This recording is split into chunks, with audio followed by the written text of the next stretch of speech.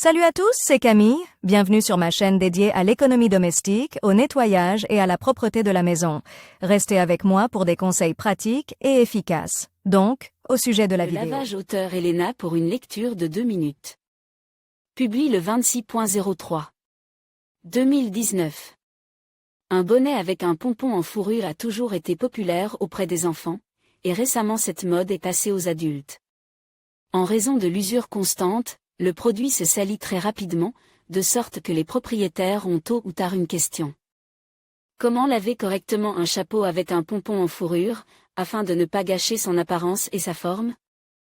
Laver un tel produit n'est pas difficile. Les bonnets à pompons en fourrure ont toujours été populaires auprès des enfants, depuis peu, cette mode s'est étendue aux adultes. En raison de son port constant, le produit se salit très rapidement, si bien que ses propriétaires se posent tôt ou tard la question. Suivante, comment laver correctement un chapeau à pompons en fourrure pour ne pas en gâcher l'aspect et la forme? Il n'est pas difficile de laver un tel produit si l'on connaît les règles de base de l'entretien et si l'on tient compte de certaines caractéristiques de la coiffe. Caractéristiques du produit.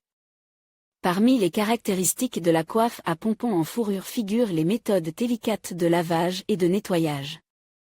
La fourrure étant assez capricieuse à l'interaction avec l'eau, il n'est pas recommandé de la laver, et dans le cas de poils naturels, c'est même interdit. Si le chapeau lui-même, en fonction du matériau, peut être lave, le nettoyage du pompon doit se faire exclusivement à sec. Comment laver le bonnet? Il est préférable de laver le produit avec un pompon en fourrure à la main. La rotation intensive du tambour risque de l'abîmer complètement, en lui faisant perdre sa forme et le caractère moelleux de la fourrure. Inspectez l'article avant de le laver. S'il est possible d'enlever la fourrure sans l'abîmer et sans abîmer le chapeau dans son ensemble, il est préférable de profiter de cette occasion et de laver les deux parties séparément.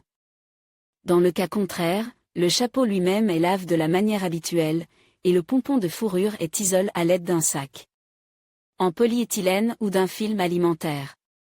Cela permet d'éviter que la fourrure n'entre en contact avec l'eau, ce qui provoquerait un enroulement et une perte de laine. Cela s'applique non seulement à la fourrure naturelle, mais aussi à la fourrure artificielle. En autre chose, il est très important de déterminer de quel matériau est fait le chapeau lui-même et de le laver conformément aux règles de lavage qui s'appliquent à cette fibre. Il peut s'agir de laine, d'acrylique, de coton, etc. Comment laver? Pour ne pas abîmer la fourrure, il convient d'utiliser des produits spécialisés que l'on trouve dans les magasins de produits chimiques ménagers. En règle générale, il s'agit de produits sous forme de spray, qui sont appliqués sur la surface du chapeau et du pompon et qui nettoient efficacement le produit de l'intérieur. En outre, il est possible de laver le chapeau lui-même, la fourrure étant traitée séparément, après séchage du produit.